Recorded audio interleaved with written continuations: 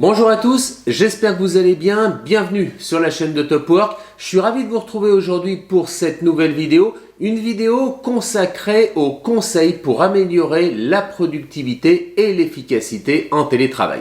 En effet, sur Top Work, nous avons pu constater que parmi nos Top Workers, une grande majorité d'entre vous travaillent à domicile.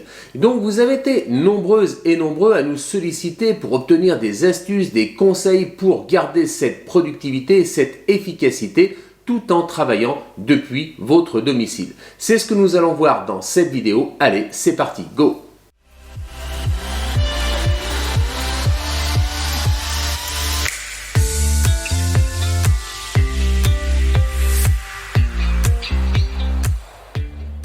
Dans cette vidéo, je vais partager avec vous des astuces simples et pratiques pour rester productif, concentré, efficace, tout en travaillant à domicile.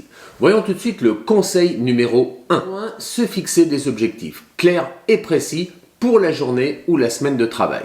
Il est important en effet de se fixer des objectifs précis pour chaque journée de travail. Tout d'abord, en premier lieu, dressez une liste de toutes les tâches que vous devez accomplir au cours de la journée ou que vous êtes fixé pour la semaine de travail. Deuxièmement, répartissez ces tâches en fonction de leur priorité. Troisièmement, choisissez les tâches les plus importantes et définissez des objectifs spécifiques pour chacune d'entre elles. Lorsque vous établissez vos objectifs, n'oubliez pas qu'ils doivent être réalistes et réalisables dans un temps déterminé.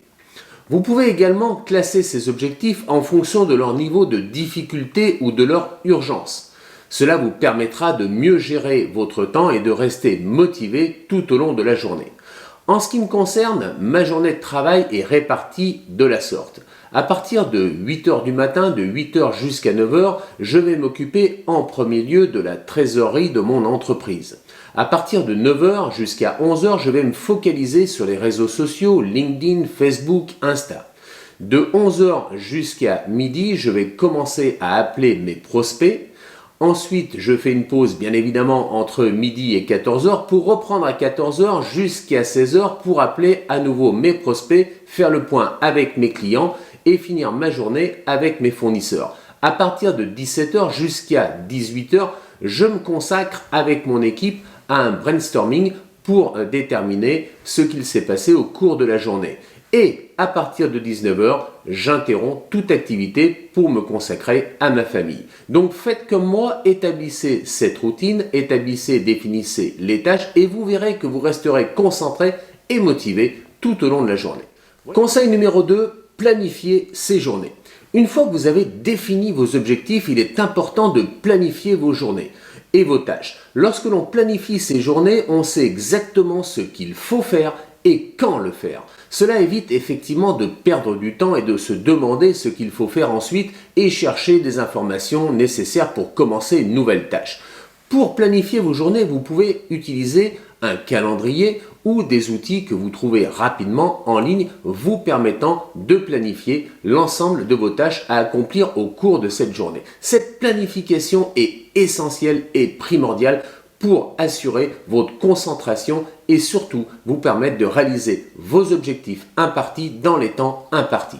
Vous pouvez trouver facilement ces applications en ligne pour organiser ces tâches. En somme, planifier ces journées permet d'être beaucoup plus productif. Le conseil numéro 3, créer un environnement de travail confortable et propice à la concentration. À mon avis et à mon sens, il s'agit du conseil le plus important. En effet, pour travailler efficacement à domicile, il faut se sentir bien. Il faut créer un environnement de travail qui vous convienne, qui soit confortable et propice à la concentration. Il est préférable d'avoir un espace spécifique, en clair créer un bureau, une pièce qui vous est allouée pour votre activité professionnelle et que cette pièce soit différente du domicile familial de manière à pouvoir rester concentré et éviter toute interconnexion entre votre vie privée et votre vie professionnelle. Assurez-vous d'avoir et de disposer de tous les équipements dont vous avez besoin. Bien évidemment, un ordinateur, ça va de soi, une imprimante, mais surtout une chaise ergonomique où vous vous sentez confortablement installé, ainsi que différents accessoires de bureau et pourquoi pas surtout personnaliser cette pièce Personnalisez cette pièce pour lui donner un sens de travail. Je dirais qu'elle ressemble à une activité vraiment professionnelle où lorsque vous rentrez dans cette pièce, vous êtes dans un environnement professionnel dédié, bien que celui-ci fasse partie intégrante de votre domicile. Vous allez voir, cela va vous aider énormément en termes de concentration, puisque lorsque vous serez confortablement installé dans votre bureau avec tous les accessoires nécessaires, eh bien, vous vous sentirez vraiment dans une activité et une sphère purement professionnelle propice à la concentration. Le conseil numéro 4, il n'est pas si simple puisqu'il s'agit de maintenir une discipline de travail. Alors effectivement, lorsque vous travaillez à domicile, il est facile de se laisser distraire par des tâches ménagères, par des loisirs, commencer tard le matin ou encore rester en pyjama toute la journée et pourquoi pas venir travailler dans votre pièce en pyjama. Eh bien, il faut absolument, mais absolument éviter ce genre de scénario. En effet, il faut rester concentré, focus sur votre activité professionnelle. Pour cela, il est important de planifier vos horaires de travail et surtout de les respecter. De les respecter en essayant de vous lever le matin comme si vous deviez aller travailler au bureau et de vous habiller comme si vous alliez au travail. Ceci est primordial justement pour vous permettre de rester focus sur votre activité professionnelle et éviter toute distraction et rester surtout concentré sur vos tâches. Vous pouvez également essayer de travailler sur les tâches les plus importantes en début de journée pour rester concentré et remettre à plus tard dans la journée les tâches qui sont moins importantes et que vous aurez, je vous le rappelle, le conseil numéro 1, organisé et le conseil numéro 2, planifié dans votre activité professionnelle. Donc évitez toute forme de distraction, instaurez une discipline de fer et surtout respectez-la.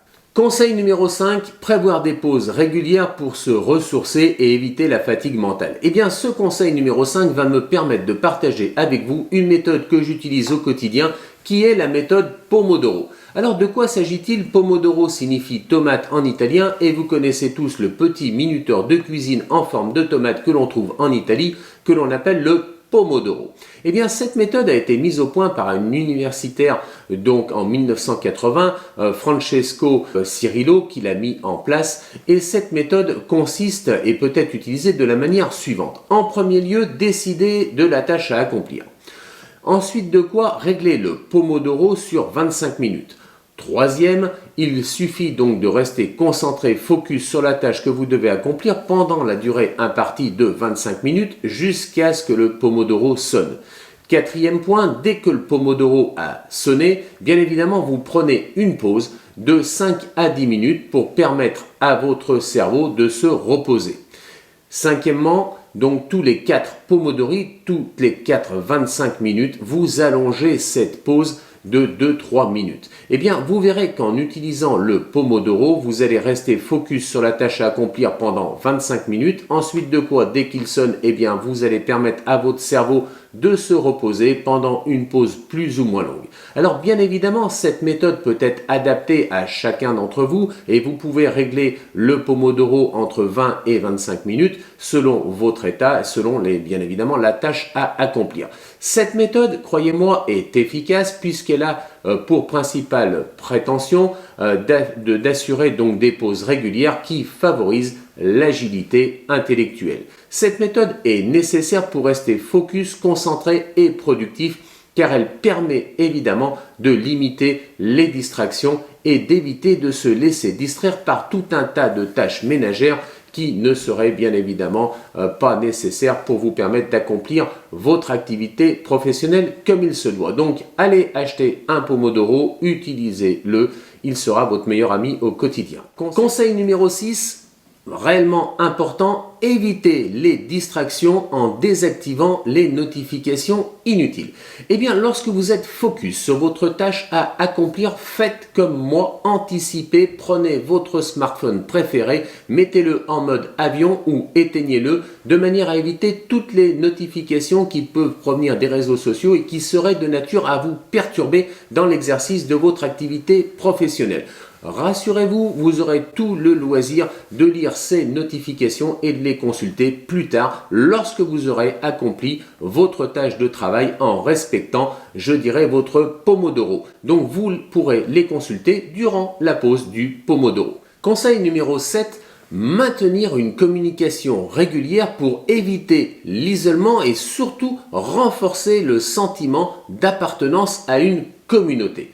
On le sait tous, travailler à domicile peut conduire inéluctablement à l'isolement social. En effet, vous êtes seul dans votre bureau professionnel, vous travaillez depuis votre domicile, vous n'avez pas l'occasion de sortir, d'échanger, de communiquer avec qui que ce soit, ce qui peut rapidement vous conduire à l'isolement social. Pour combattre cet isolement social, il est important de maintenir une communication régulière, que ce soit avec vos prospects, vos clients ou même vos fournisseurs. Eh bien, si vous êtes freelance, donc si vous êtes auto-entrepreneur ou travailleur indépendant, c'est-à-dire en clair top worker sur le réseau de Topwork, eh bien vous pouvez maintenir cette communication grâce à des appels de suivi avec vos clients pour les tenir informés, ne serait-ce que de l'état d'avancement de votre projet. En outre, comme vous faites partie de notre communauté, n'hésitez pas à nous contacter, n'hésitez pas à partager avec nous vos envies, vos besoins, vos craintes, de manière à pouvoir communiquer ensemble et ensemble on réussira à casser cet isolement social. Des conversations informelles peuvent également aider à maintenir cet esprit d'équipe et renforcer l'appartenance à notre communauté de Topwork. Donc surtout, n'hésitez pas, contactez-nous si vous sentez que l'isolement grandit en vous. Conseil numéro 8, important conseil qui consiste à utiliser les outils en ligne pour faciliter la coordination et la coopération. Alors de quoi s'agit-il? Eh bien tout simplement de l'outil en ligne que j'utilise moi au quotidien qui s'appelle Trello et qui vous permet donc de partager avec vos clients des fichiers, de définir des tâches à accomplir, d'établir des échéances et de suivre l'état d'avancement de votre projet. Autrement dit, sur Trello, vous allez d'un seul coup d'œil pouvoir visualiser l'ensemble des tâches que vous avez déjà accomplies et l'ensemble des tâches qui vous restent à accomplir. De même, vous pouvez annoter différents commentaires sur Trello par rapport aux tâches qu'il vous reste à accomplir et partager ce dossier avec votre client de manière à ce que ce dernier puisse suivre rapidement l'état d'avancement de son projet en visualisant les tâches qui sont déjà accomplies et qui apparaissent en vert et les tâches qui restent à accomplir qui apparaissent en orange ainsi que les points litigieux qui apparaissent en rouge. De plus, l'utilisation de cet outil Trello va vous permettre d'éviter tout malentendu et toute incompréhension avec votre client. Donc surtout, n'hésitez pas à utiliser cet outil. Moi, au quotidien, c'est celui que je pratique et je considère qu'il s'agit là d'un outil qui est optimum pour me permettre justement de rester proche de vous et de permettre cette coopération entre nous. Conseil numéro 9 et dernier de mes conseils, être clair et précis et surtout concis dans ses communications, qu'elles soient écrites ou verbales, pour éviter tout malentendu et toute erreur d'incompréhension et de communication. Lorsque vous travaillez à distance, la communication devient encore plus importante. Car effectivement, vous n'êtes pas en contact direct avec votre prospect, avec votre client et toute interprétation peut rapidement intervenir. Il est donc crucial pour vous d'être clair et précis dans vos communications, qu'elles soient verbales ou écrites, pour éviter tout malentendu. Lorsque vous rédigez un email ou un message, assurez-vous que ce message est clair et facile à comprendre par votre interlocuteur.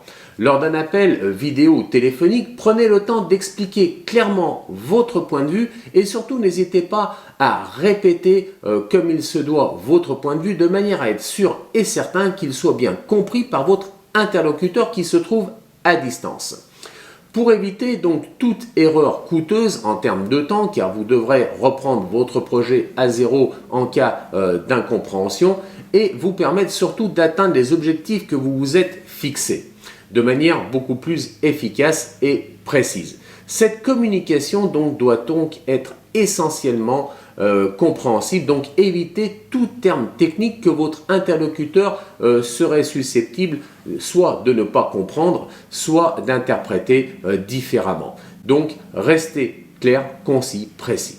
En conclusion, j'espère que cette vidéo vous a plu. Si tel est le cas, n'hésitez pas à liker, partager et surtout à vous abonner à notre chaîne YouTube. Ça nous aide énormément en termes de référencement. En tout état de cause, nous constatons que vous êtes de plus en plus nombreuses et nombreux à vous inscrire sur Topwork, ce dont nous vous remercions, ainsi que vous abonner sur nos différents réseaux sociaux, que ce soit Insta, Facebook ou même Twitter. La communauté est en train de grandir et de grossir et parmi cette communauté, vous êtes un peu plus de 60% à travailler donc à domicile. C'est la raison pour laquelle j'ai tourné cette vidéo aujourd'hui. Je vous rappelle les principaux conseils. Le premier, éviter donc toute distraction. Le deuxième, établir donc une routine de travail. Le troisième, travailler dans un espace dédié pour rester focus. Le quatrième, utiliser des outils de collaboration en ligne tels que Trello ou Google Drive. Et le cinquième, surtout le cinquième, être clair et précis dans toute communication écrite ou verbale. Je vous souhaite une bonne semaine. Je vous donne rendez-vous à vendredi prochain. Ciao!